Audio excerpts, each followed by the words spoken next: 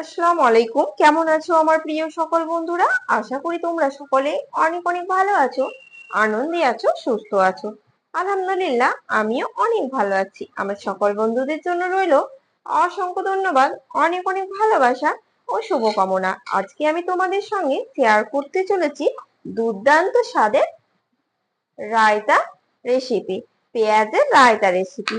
তো দেখো, তার জন্য কিন্তু আমি টক দই নিয়ে নিয়েছি, খড়ে পাতানো টক দই। এটা কিন্তু বাইরে থেকে বাজারের টক দই হলেও চলবে। সঙ্গে নিয়ে নিয়েছি পেঁয়াজ। পেঁয়াজটাকে দেখো, আমি কিন্তু স্লাইস করে কেটে নিয়েছি লম্বা লম্বা করে। এবার আমি পেঁয়াজগুলোকে দইয়ের মধ্যে দিয়ে দিচ্ছি। দেখো, পেঁয়াজটাকে কিন্তু আমি দইয়ের মধ্যে দিয়ে দিলাম। তারপর আমি দিয়ে দেব লঙ্কা কুচি। এখানে আমি কাঁচা লঙ্কা নিয়েছি, কাঁচা লঙ্কাগুলোকে কুচো কুচো করে কেটে নিয়েছি, দিয়ে দিলাম লঙ্কা কুচি। তারপর কিন্তু এখানে আমি দিয়ে দেব গোলমরিচ, একটুখানি গোলমরিচ দিয়ে দিলাম, হাফ চামচা। তারপর দিয়ে দিচ্ছি স্বাদ মতো লবণ। এখানে কিন্তু আমি বিট লবণ ব্যবহার করব। এখানে আমি স্বাদ মতো বিট লবণ দিয়ে দিলাম। তারপর দিয়ে দিব এখানে 1 চামচা চাট মশলা। দেখো, এখানে কিন্তু আমি 1 চামচা মতো চাট মশলা দিয়ে দিলাম। তারপর কিন্তু এটাকে ভালোভাবে মিক্স করে নিতে হবে।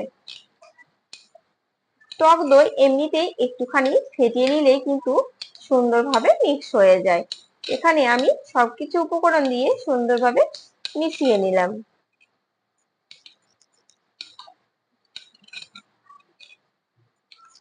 তো এখানে পেঁয়াজ, কাঁচা লঙ্কা কুচি,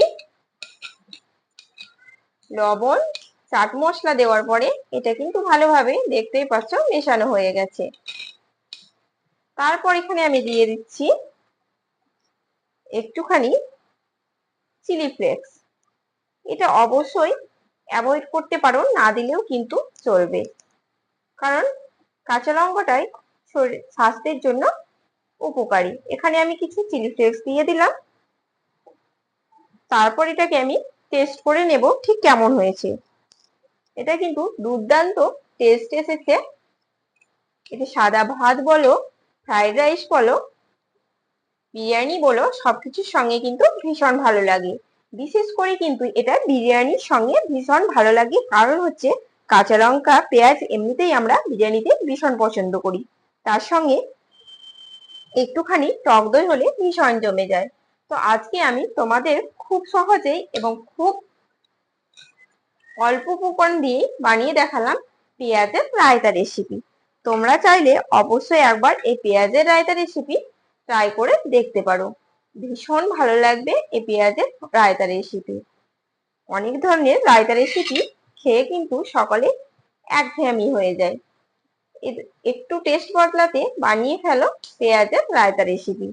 আমি কিন্তু কত সহজেই বানিয়ে তোমাদের দেখালাম, এমনকি খুব অল্প সময়ে পেঁয়াজের রায়তা রেসিপি। তো চলো, আজকে পেঁয়াজের রায়তা রেসিপি কেমন লাগলো তোমরা কিন্তু কমেন্ট বক্সে অবশ্যই জানাতে ভুলো না। ভালো লাগলে আমার চ্যানেলটিতে ছোট্ট একটি লাইক, শেয়ার, কমেন্ট ও সাবস্ক্রাইব করে আমার পাশে থেকো। একবার অবশ্যই এই পেঁয়াজের রায়তা রেসিপি বানিয়ে দেখো, ভীষণ ভালো লাগবে। তো চলো, দেখা হচ্ছে তোমাদের সঙ্গে নেক্সট ভিডিওতে। সবাই অনেক অনেক ভালো থেকো, সুস্থ থেকো। আল্লাহ হাফেজ।